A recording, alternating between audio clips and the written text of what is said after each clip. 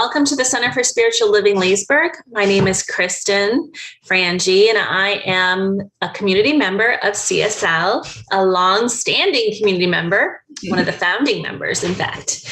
And I'm happy to be our platform assistant today. Our usual platform assistant is Tamara, and we hold her in prayer. She's visiting her family. Our theme for this year is Living Everyday Wonder, and our topic is on relationships, reminding us that we are star stuff. The focus of our month is on relationships, and the title of our talk is We Are Star Stuff. And Charlene Banks, our spiritual director, our beloved spiritual director, is giving our talk today. We're so glad that you joined us. And if you have any prayer requests or celebrations, we invite you to add them to our chat in the comments section. Okay. When we provide, and we will include those later in our service when we provide our community prayer, spiritual mind treatment, which is our form of affirmative prayer. We invite you now to minimize distractions, get comfortable, relax into this moment as we begin our service with a opening of sacred space. Please join us as we create our sacred space. We set our intentions of deepening into our awareness and practice of our 5 pillars of spiritual living by lighting this candle in our virtual world. Our first pillar is sacred study, represented by the divine quality of truth. We use this pillar to recognize the importance of an open mind and the power of our minds. The second pillar is affirmative prayer, represented by the divine quality power. This pillar honors the power of prayer in our daily lives. Yes. Our third pillar is meditation and the divine quality of peace. This pillar reminds us of the importance of meditation and the peace we feel when we quiet our minds. The fourth pillar is circulation and the divine quality of life. We know that the great law of circulation works in our lives. As we give, so shall we receive. And the fifth pillar is sacred service and the divine quality of love. This pillar affirms our call to be of service to our world as we see through the eyes of love. Let us close our eyes as we bless this sacred space and our time together. As we weave each of these pillars of spiritual living into our service today, may they deepen our own spiritual practices of study, prayer, meditation, circulation, and service, expanding our minds and our hearts to the 5 divine qualities of truth, power, peace, life, and love. We also bless everyone who made our service possible today and everyone in attendance. May the energy of love that is generated here bless everyone abundantly. And so it is. And so it is indeed. Welcome, welcome. I am Charlene Banks, and thank you, Kristen, for doing such a lovely job. And it is so good to have you in our physical room here in the Zoom environment. Our founding member, wonderful Kristen, thank you so much. And now it's time that we as a spiritual community take the time to just settle down and relax. We call to ourselves. We call in any energy that may have been frittered about and tossed about in the tumultuous days that we may have gone through this past week. We call in our energy and we just settle in as a community. There's nothing stronger than sitting and meditating together. So no matter where you are, unless you're driving, get relaxed, get comfortable, and If you're comfortable with it, close your eyes and join me in a little bit of an inward journey. Closing our eyes, we take a nice deep cleansing breath.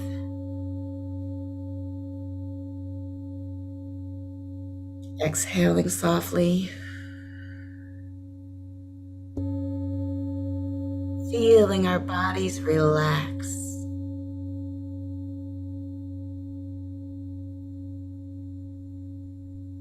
From our feet upward into our ankles, we relax. Up into our shins and our knees, we let go. To our upper legs, our thighs, where our seat is the chair or the surface upon which we lay. We release the tension there.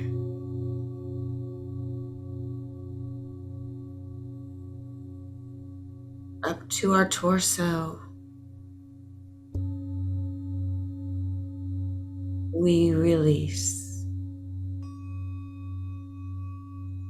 Moving up into our upper body, our chest, our shoulders, we release. We relax our arms, our elbows, our wrists and our fingers,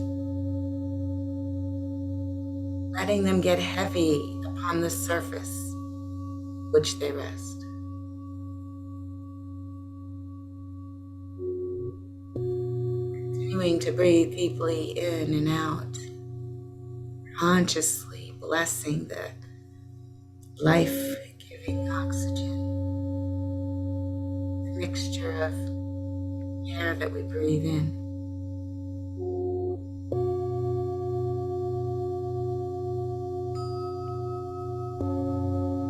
And as we convert that oxygen in combination into carbon dioxide, we breathe out. Our body is doing that chemistry, whether we're aware of it or not.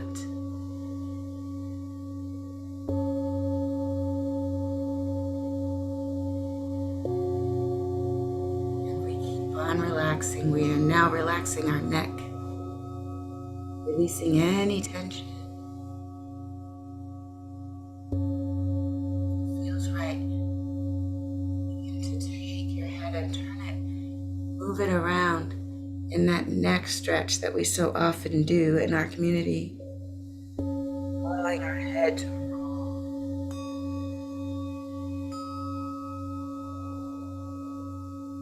Slowly, if that feels good, continue that process. And go in the other direction if you feel called to do so. The key here is to relax, to let go.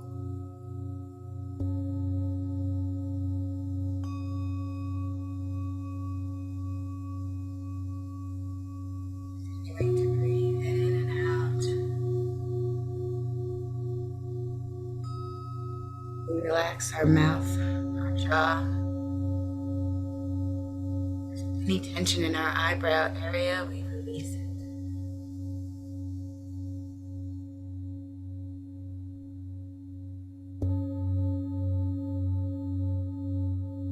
In this state of pure relaxation and heightened awareness,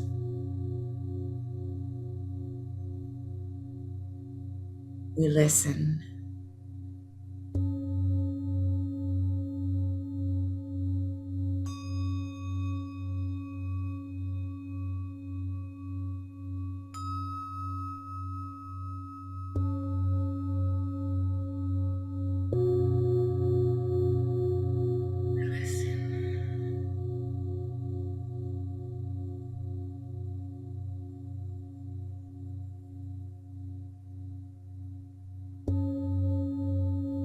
What is our innermost high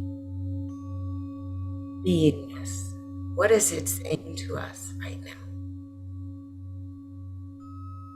our higher self, our inner advisor, God, the divine, intelligence, whatever you choose to call it.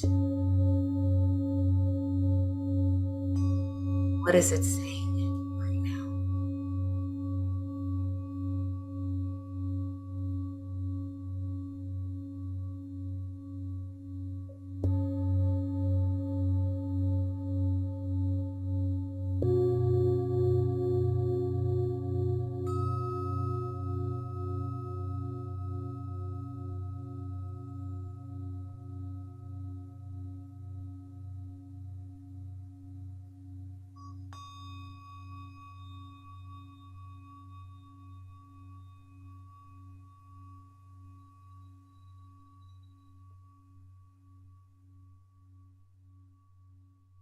Sitting in that listening energy, we know that we have all that we need. We are blessed beyond measure. We are vital to this organism called life.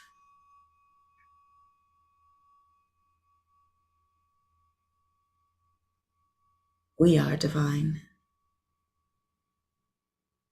simply because we are.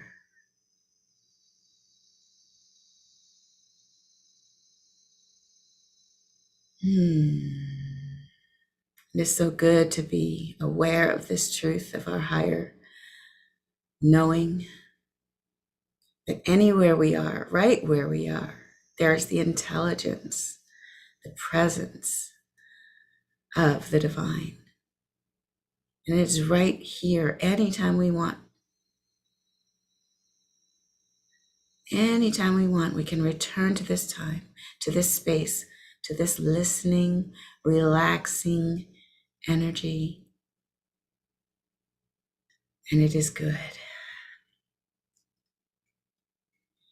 And so if I can be so rude as to ask you to return to the time and space of the room that you're in, knowing we can return to this space anytime, I invite you to open your eyes and look around and wiggle your toes and really get back into the body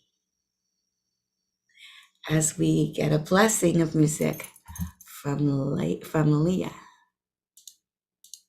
Good morning, CSL Leesburg. This is one of, if not my favorite songs. It's called Woodstock. It's by Joni Mitchell.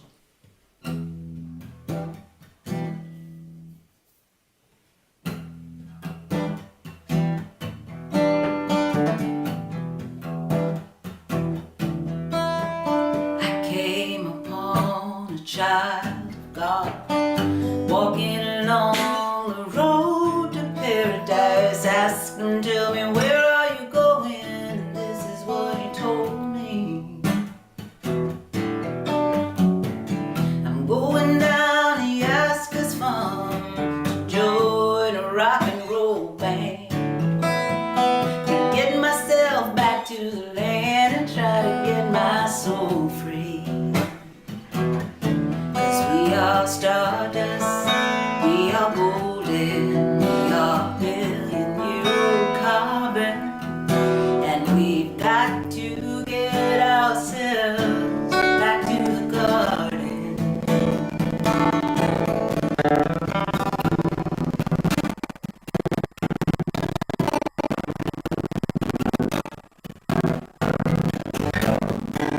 May I walk beside you? I've come here to lose the small. I feel myself a small cog in something turning.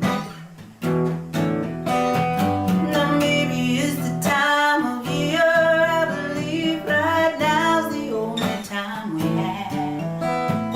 I don't know who I am, but life is for learning. We are stardust, we are golden, we are billion-year-old carbon, and we've got to get ourselves back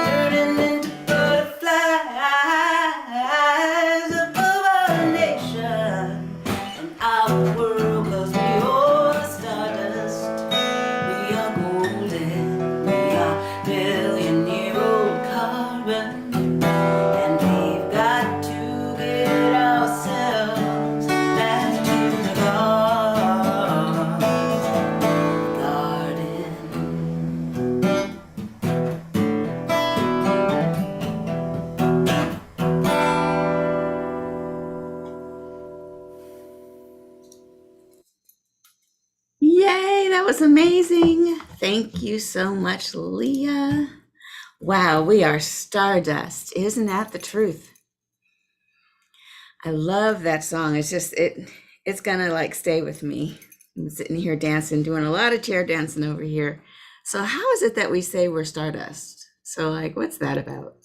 If we think about the traditions that in the Western world we grew up with, we think about how we're told that creation was created, that there was a creator called God, and it looked either like Morgan Freeman or like Charlton Heston, like God, right? This dude who said things and then things just happened. And we're told to believe this, and that's fine because as children, as small children, we need stories to help us understand how we got here. We've been doing it for ages, ever since we could draw on a wall in a cave. We've been coming up with the story of creation. And we just so happen to be in a society that taught us that this dude said a couple things and then life happened. And then humans started acting bad because some girl did this bad thing. And then now bad things are happening to humans, especially women. It's our fault. And so we're going to be, it's like kind of punitive thing. But, every creation story doesn't sound like that. It doesn't end up with the men are just the victims of these evil women who want bad things to happen to them or who just didn't listen. That's not every story that's told everywhere.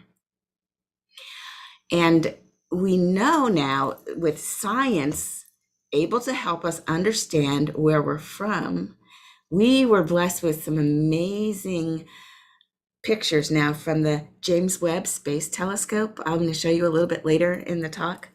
But the fact that we as humanity have grown up from just telling stories and believing them, because how else would we explain it, to now having science being able to support our idea of who we are and where we came from. And I love the fact that this teaching, Ernest Holmes founded religious science because there's no reason to have these two things argue with each other. There's no reason to have people who are religious, to say, oh, no science. Science is of the devil. And there's no reason to have scientists look at religion like, oh, you superstitious fools. There's a way that these two are saying the same thing. One, religion gives us a story and meaning behind things. And then science gives us, well, here's how we think it happened. They're actually saying the same thing. I love it because if you don't hang yourself up on every word that you might read in some text, you might find that, okay, allegorically, metaphysically, it's kind of true. If we are intelligence created by an intelligent or intelligence itself, we are intelligent, which means that whatever we came from must also be intelligent, because where else would we get it? Well, then, of course, it makes sense that intelligence said, let there be light, and boom, there was light. Yeah, it might have taken a couple billion years, but light happened, right? Because intelligence said, I want that. And now that's here. And then intelligence said, well, you know what else I want? I want some humans to run around on perhaps more than one planet, because this James Webb Space Telescope, the JWST, I'm going to summarize it to that, it has found at least 500 exoplanets that may have atmospheres like ours. So intelligence said, I want to experience animals first. And so that happened. And then, I want to experience myself as humans. And so we happened. Now, it might not have happened in 7 calendar days. You don't have to be so literal. So that's where science and religion, well, they can agree with each other. There are also things that the ancients already knew. They may not have known how they knew. But there are things that science is now discovering that proves what we always thought all along. From a spiritual standpoint, it feels as if science is catching up to what we already knew. And one of the classes that we're doing, we were talking about quantum physics and how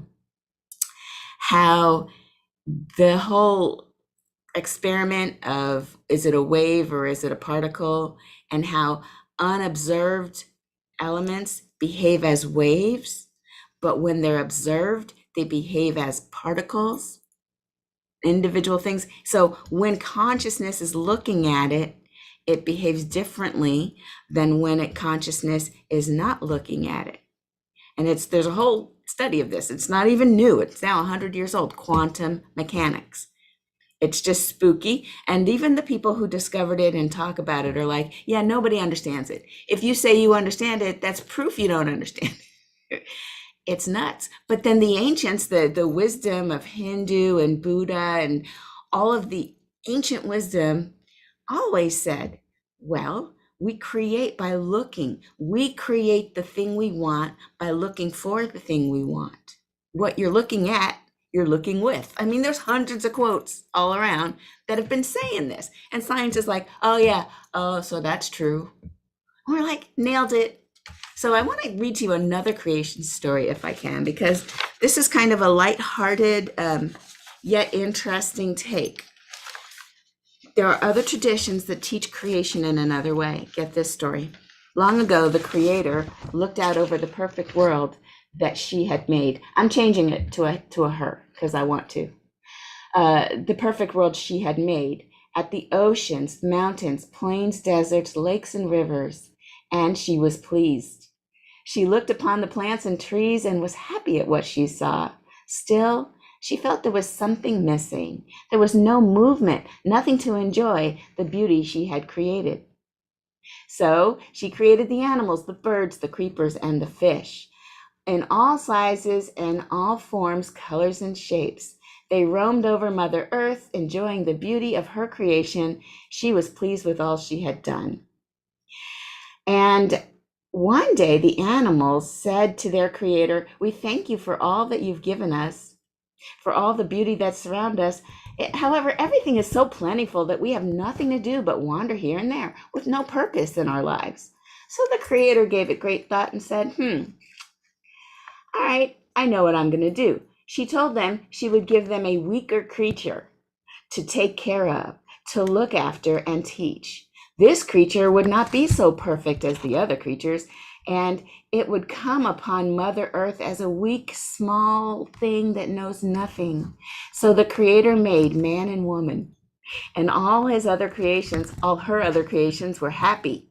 Now they truly had a purpose in life. These animals had a purpose. They could care for the helpless humans and teach them how to find food and shelter and how to do healing through herbs.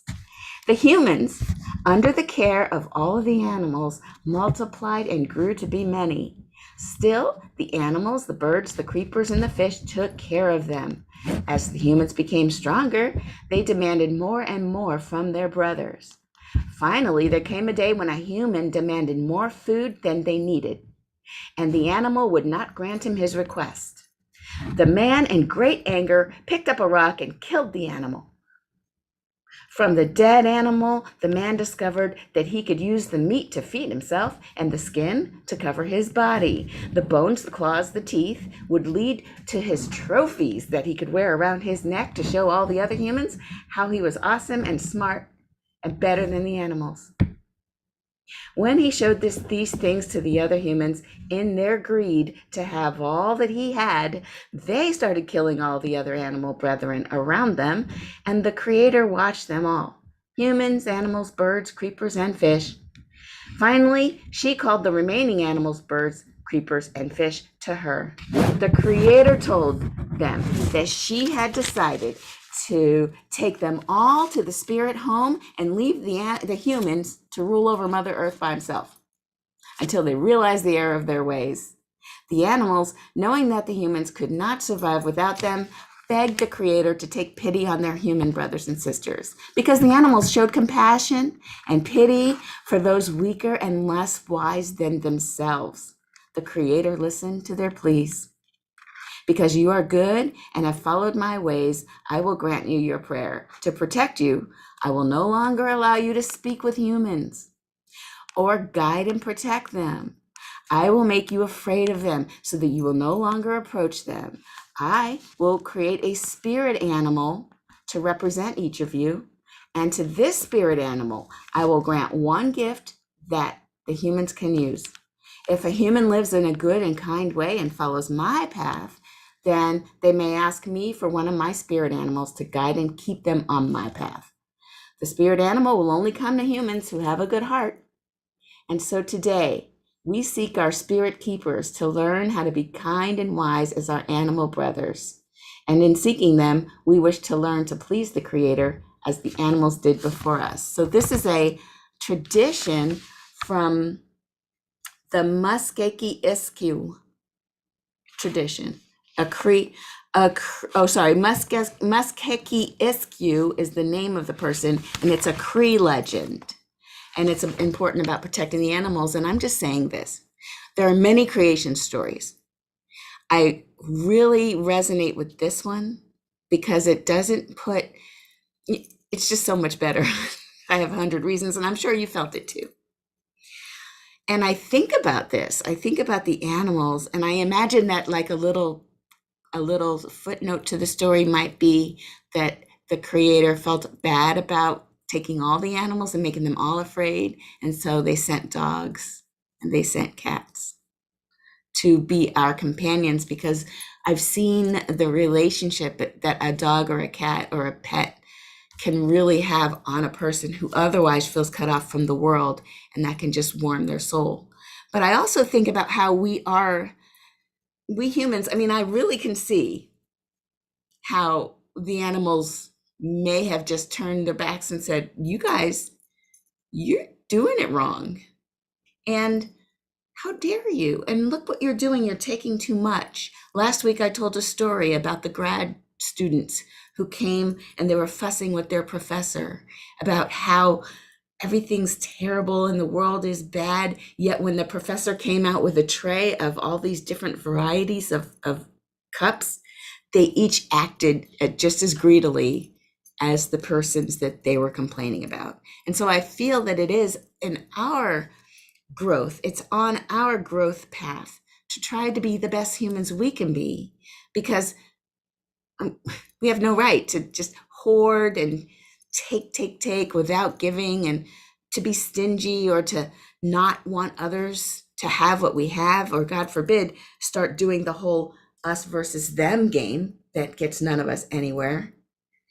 And so in lieu of that, to be called back to our actual path, to be in alignment with what we really are, which is one with all life, and to realize that when I'm giving, I'm in a much better state than when I'm taking, and figuring out a way to make my life be something that makes this world just a little bit better for me having been in it, to figure out what makes me shine, what makes me glow, so that I can take this light and help others to find their light. What can you guys do? What is it that you were put on this planet to do? I'm pretty sure that we weren't here to imitate others, that we are here with a specific set of skills. Just like Liam Neeson, I can't help but think I have a particular set of skills. And we are uniquely imbued with that particular set of skills. And if we listen to that and live through that and wait for that feeling that comes when you're on your right path, there's a feeling that comes with it. It's a sense of, okay, I'm helping. I'm helping someone else. I'm being a blessing to something, anything bigger than me. That feeling comes, and that's the inspiration that we can keep going and inspire others. We are not separate from each other. We're all made out of stardust.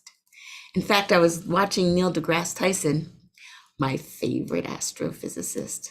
If I could do it again, as I pull up this screen for you, I would totally go back into school and study physics. I would do it. And then I'd have my sister help me with the math. Because I got nothing. All right, where is that? It's here. Ah, there it is. I'm going to go ahead and share this with you. So give me a moment to cue it up. There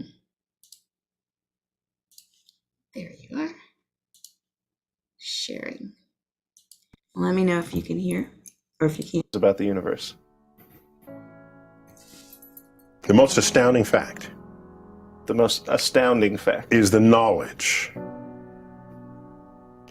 that the atoms that comprise life on Earth, the atoms that make up the human body, are traceable to the crucibles that cooked light elements into heavy elements in their core under extreme temperatures and pressures. These stars, the high mass ones among them, when unstable in their later years, they collapsed and then exploded, scattering their enriched guts across the galaxy. Guts made of carbon, nitrogen, oxygen, and all the fundamental ingredients of life itself. These ingredients become part of gas clouds that condense, collapse, form the next generation of solar systems, stars with orbiting planets. And those planets now have the ingredients for life itself. So that when I look up at the night sky, and I know that, yes, we are part of this universe, we are in this universe, but perhaps more important than both of those facts is that the universe is in us. When I reflect on that fact, I look up. Many people feel small because they're small and the universe is big, but I feel big because my atoms came from those stars. There's a level of connectivity. That's really what you want in life. You want to feel connected. You want to feel relevant. You want to feel like you're a participant in the goings-on of activities and events around you. That's precisely what we are, just by being alive.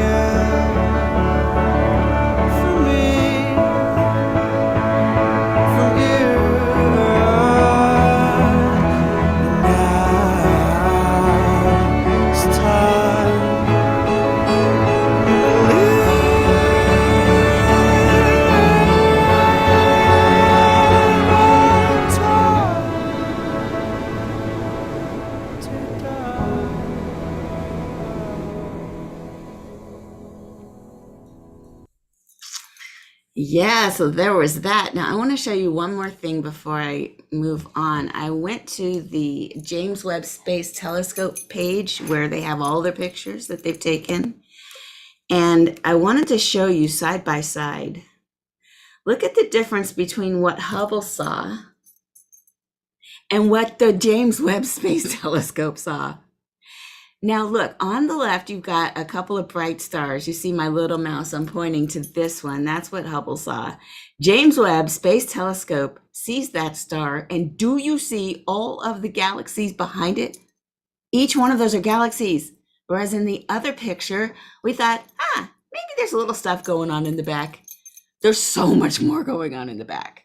I'm amazed by that. I encourage you, if you're amazed by any of that sort of thing, please do yourself a favor and take an afternoon and just scroll through these images. It's amazing. It's absolutely amazing. And like Neil deGrasse Tyson said, he said, no, don't feel small. You and I are made of this same stuff. That means We are part of something amazing. We are part of something amazing, and we haven't even begun to grasp. So I love that whole idea. Now, Carl Jung said this: he who looks outside dreams. He who looks inside awakens. And I know that a lot of times, here, I need to close this window here. All right. A lot of times what we think about is that, wait, so I can't dream? He who looks outside dreams, he who looks inside awakens. But what if we did this? What if we went inside and awakened? Yes. What if we went inside and woke up? And then we looked outside and then allowed our dreams to be inspired by what we found out when we woke up. Yeah, I'm thinking the quality of that dream might look a little different. If my dreams are informed by the societal pressures and what I should be and who I should hang out with and what should. What if I go inside, which is what we're doing? This is why we get together, right? We go inside and we find out, we awaken to the truth of who we really are.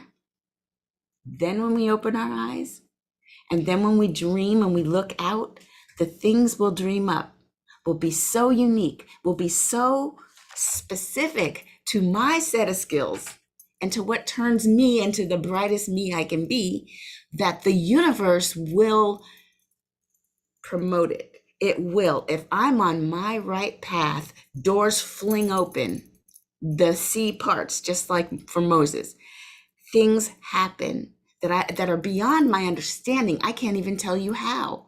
I just know that when I'm on my path, what I'm supposed to be doing, things just open up, because I'm living in harmony with my highest truth. And that's what I want for each and every one of us. This is why we get together on Sundays, why we take classes. This is why we show up on Wednesday nights. And we always are trying to find out more, trying to uncover more of who we really truly are here on this planet. Because we're God stuff, we're star stuff. We're made out of that which is divine. So let's go within.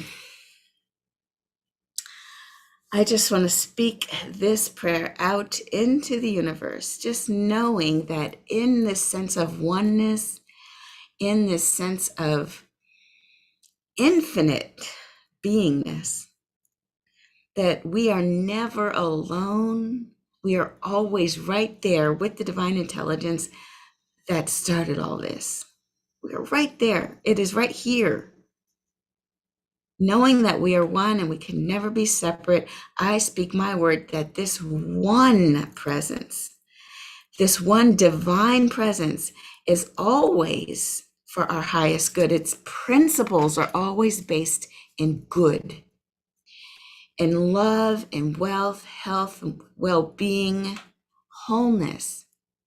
These are our true natural capabilities. This is our natural state. We are living in heaven right now. We are heaven right now.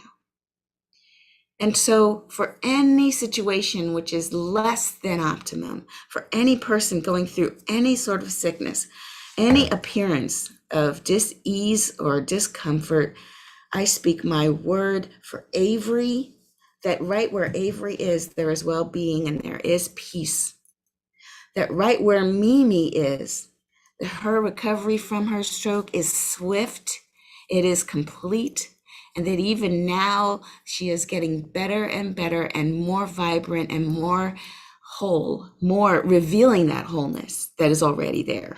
That is happening right now. I speak my word for Natalie and David as they recover through COVID, that they are expressing the divine health pattern of wholeness, that this dis-ease is on its way back to the nothingness from which it came, For it is not, there's no principle of disease to anchor it in.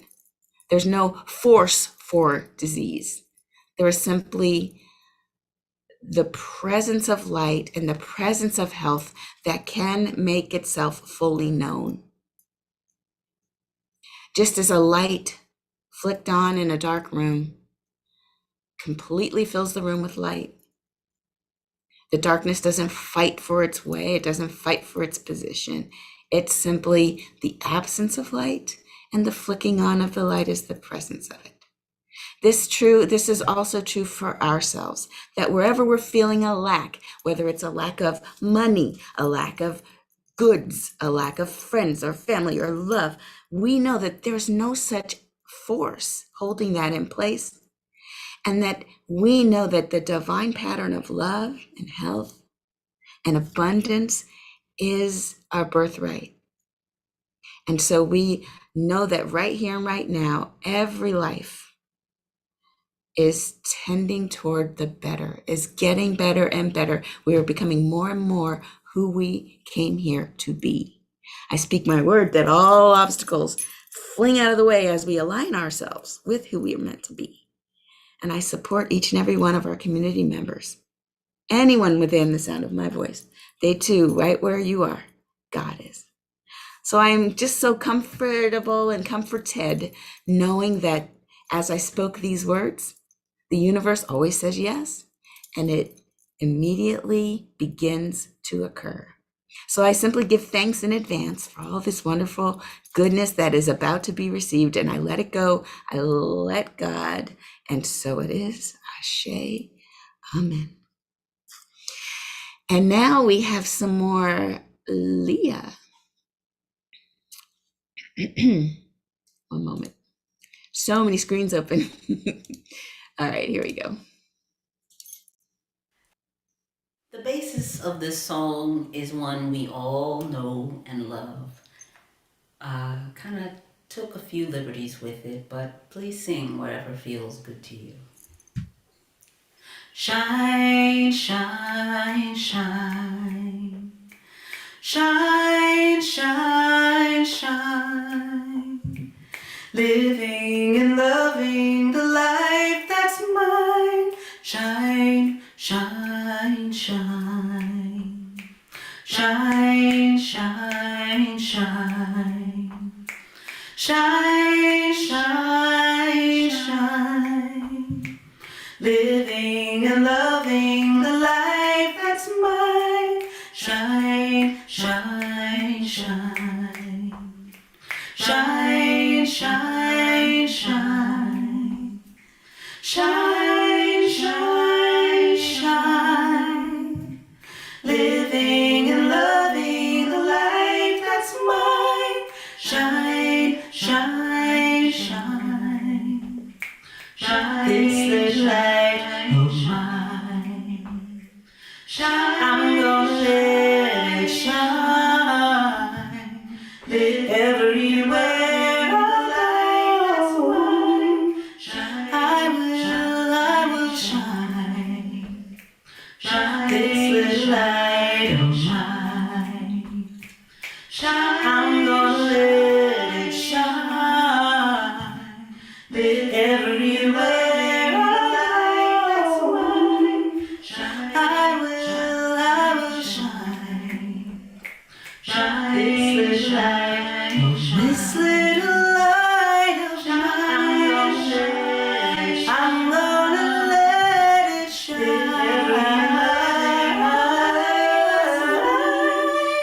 I will always shine. Shine, this light of mine. This little light of mine. I'm gonna let it shine. I'm gonna let it shine.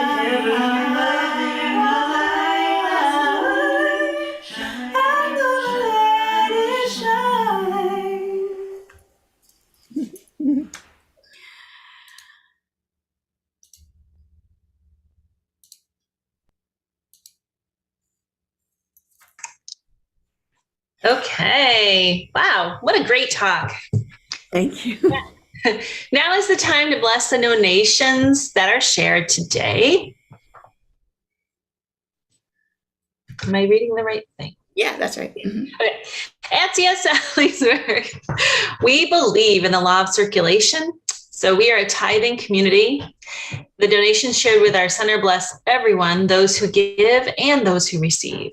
Your donation helps our center, and as well as our CSL home organization, as well as organizations that support our vision of helping to create a world that works for everyone. So now please look at our screen. There are many ways to give. It's easy to find a way that works best for you. You may also go to our website, cslleesburg.org, and click the donate button. We thank you for your support. No matter how you are giving, take that gift physically or mentally, place it over your heart, and join us in the affirmation of oneness. The presence of spirit within me blesses everyone I meet, tends to heal everything I touch, brings gladness into the life of everyone I contact. Therefore, I'm a blessing to myself, to humankind, and to the day in which I live. Announcements. Now we have announcements. So you can read the screen. We have a dream study group that meets Tuesday mornings at 9 a.m. with Charlene, our beautiful spiritual director, who will lead you in that discussion. And you might be surprised at what your dreams can offer you as to insight into your own life. On Wednesday evenings, we offer a 7 p.m. meeting with our practitioners. And so the first week in July, we're on week, 3, 4? Week 4. 3 and 4. How do we show up in exploring nature, forest, bathing anyone? And week 5 is global relationships. There's a new class. Is that still open? We have if they're coming, they can come tomorrow, and then that's it. It closes after tomorrow. Okay, so this is the last chance. And this is a wonderful class, spiritual practice, principles and practices offered by Tamara, our prayer, what do you call it? Licensed practitioner. And she's going to help you live the best life that you can live. So you can take that. And now it's time for our closing affirmation. So place your hand over your heart and just feel that love that is you. Point to somebody near you or look at somebody near you and say, you are love. You are love. You are love. Now put your hands up in the air for some love sprinkles. Say, oh, wait a minute. Say, I am love. I am love. And now put your hands up in the air for some love sprinkle and say, it's all love. It's all love. And if you can stay for a few more minutes, please feel free to join us as we share our pearls, which are like little nuggets of truth that you got from the top. Or just if you're a visitor, please stay and come to the Zoom and introduce yourself. We'd love the opportunity to officially meet you and greet you. And if you have to leave us, we know that you will have a day filled with love, joy, blessing, inspiration, and all the good things. Thank you for joining us today.